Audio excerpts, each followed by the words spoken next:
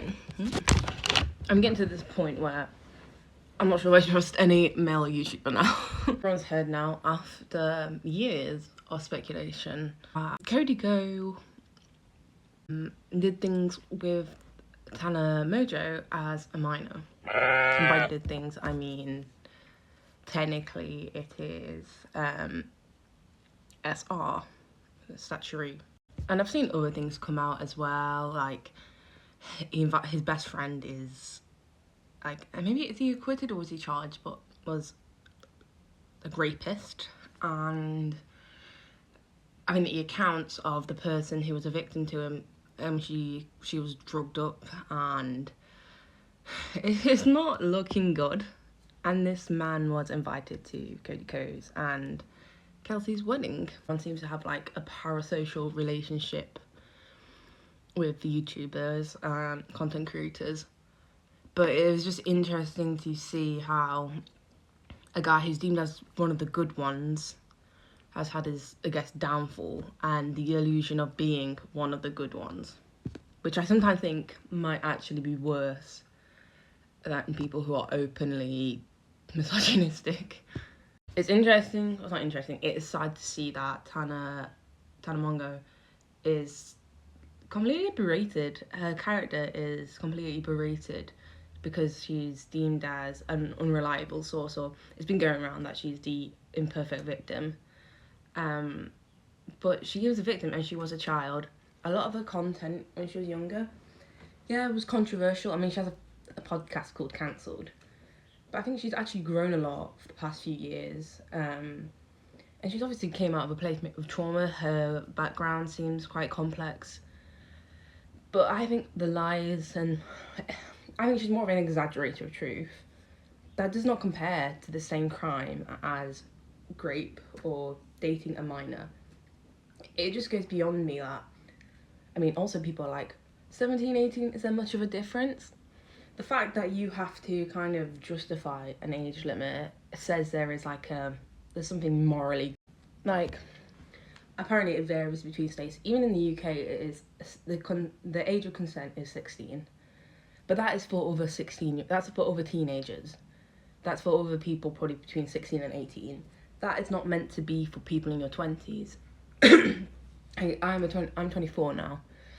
I don't even want to look in the direction of teenagers. They are gross. They are disgusting. They don't know what they're doing in their life. They look like children. Even if Tana looks older for her age, she still has that air of immaturity. She still has that air of naivety. And the fact that Cody Ko knew her age as well was just like, you're like not even in a moral place. That legally could land you, or legally has and will land you in so much trouble.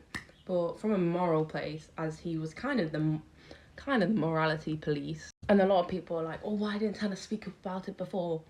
When you're that age, and I know many girls who have been through similar experiences, they think it's not that big of a deal, or they think it's normal because they see their it happen to their peers. But when you actually reach that age, the person was, you are like disgusted because you cannot imagine yourself doing that with someone that younger.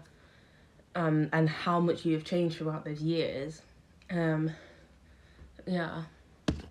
Really happy that the Hate Free podcast spoke up about this. Like, I also watched D'Angelo Wallace's video, and how that also platformed it a bit more. But smaller creators have been saying it for ages, and it's kind of been, even Tana has kind of admitted it, on, I think with Trisha Paytas on that podcast. So it's been around, and I've noticed like it takes maybe a male presenting person to actually say, wow, this is an issue. But I mean, it's obviously better than nothing. But I hate how the way Tana's been treated in this, because grape is grape. I don't think you always need to justify it because it's Tana Mongeau. Like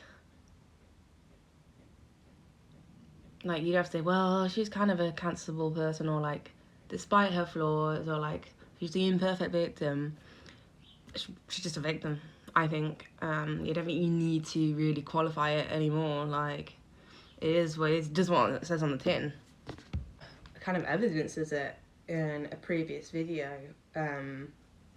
It's It's not looking good. And I keep hearing other speculations from the Cody Ko dating minors kind of thing, but I'm yet to see them fully, like, other people do videos on them, so I'm kind of waiting and watching, because I'm just a just random person on the internet here, observing and watching. But again, it's always people who seem to have this weird, this kind of moral high ground to then, like, be the ones who are they've judged about. Like the other guys, I'm not openly misogynistic. I call out other misogynists, you know, but actually are misogynistic. I mean, it's a trope that's not uncommon, and it's you see it in a lot of guys. And it's this weird entitlement that if you treat a woman with respect, that means you are a good person. You should treat everyone with respect. It shouldn't be in a way to gain morality. It should be just a way of treating people. And also there's also the sort of like suspiciousness around Cody Ko like censoring his audience, or his mod censoring his audience on like Reddit, and maybe on YouTube as well. And I think his comments section on Instagram was kind of full.